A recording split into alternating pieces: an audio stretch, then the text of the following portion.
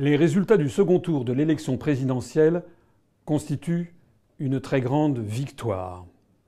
Oh, certes pas une victoire pour les Français, mais une victoire pour l'oligarchie économique, financière et industrielle qui a fait main basse sur la démocratie dans notre pays en asservissant à son profit la quasi-totalité des médias de masse. Avec une outrecuidance sans précédent, c'est Jacques Attali en personne qui nous avait prévenus de la manipulation à venir lorsqu'il avait annoncé sur BFM TV le 27 août 2014 qu'Emmanuel Macron, alors totalement inconnu du grand public, avait, paraît-il, l'étoffe d'un présidentiable. Cette déclaration donna le coup d'envoi à une gigantesque entreprise de manipulation de l'opinion publique qui s'est étalée sur plus d'1 an et demi afin d'imposer dans la tête des Français l'élection d'Emmanuel Macron à la présidence de la République.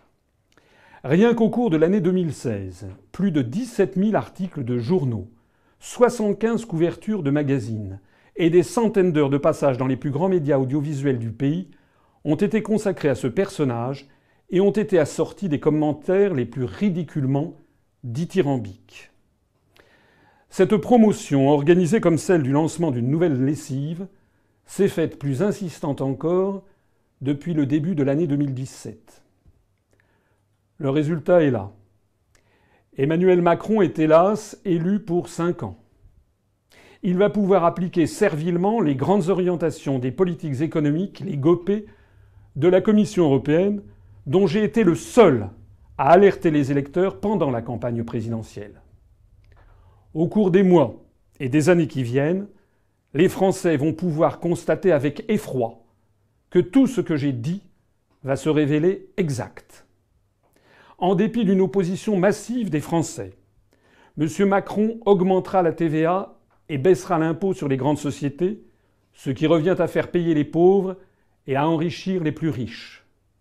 M. Macron mettra en œuvre à marche forcée la déréglementation des professions réglementées, l'ubérisation généralisée de la société française, la fin des CDI, la baisse des prestations chômage, le démantèlement du droit du travail, la remise en cause du SMIC, la braderie des industries stratégiques françaises au profit des États-Unis et de l'Allemagne, les fusions forcées de communes, la disparition programmée des départements et l'alignement de plus en plus complet de la France sur les positions géopolitiques agressives et belliqueuses de Washington et de l'OTAN.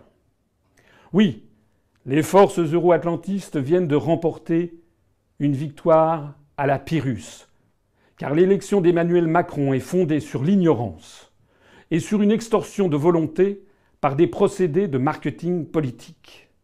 Cette élection ne repose donc pas sur l'adhésion profonde et sincère du peuple français. En porte témoignage le niveau record atteint par le taux d'abstention qui est, semble-t-il, supérieur à 25%, ce qui constitue du jamais vu depuis 1969 lors du second tour d'une élection présidentielle. En porte également témoignage le pourcentage sans précédent historique des votes blancs et nuls de l'ordre de 9% des inscrits. De telle sorte que M. Macron est élu avec moins de 45% des inscrits, alors même qu'il était opposé à l'extrême droite. Il faut noter qu'il ne rassemble qu'1,5 million de voix en plus que le nombre d'électeurs ayant préféré l'abstention, le vote blanc ou le vote nul, semble-t-il. Françaises, Français, vive la République et vive la France.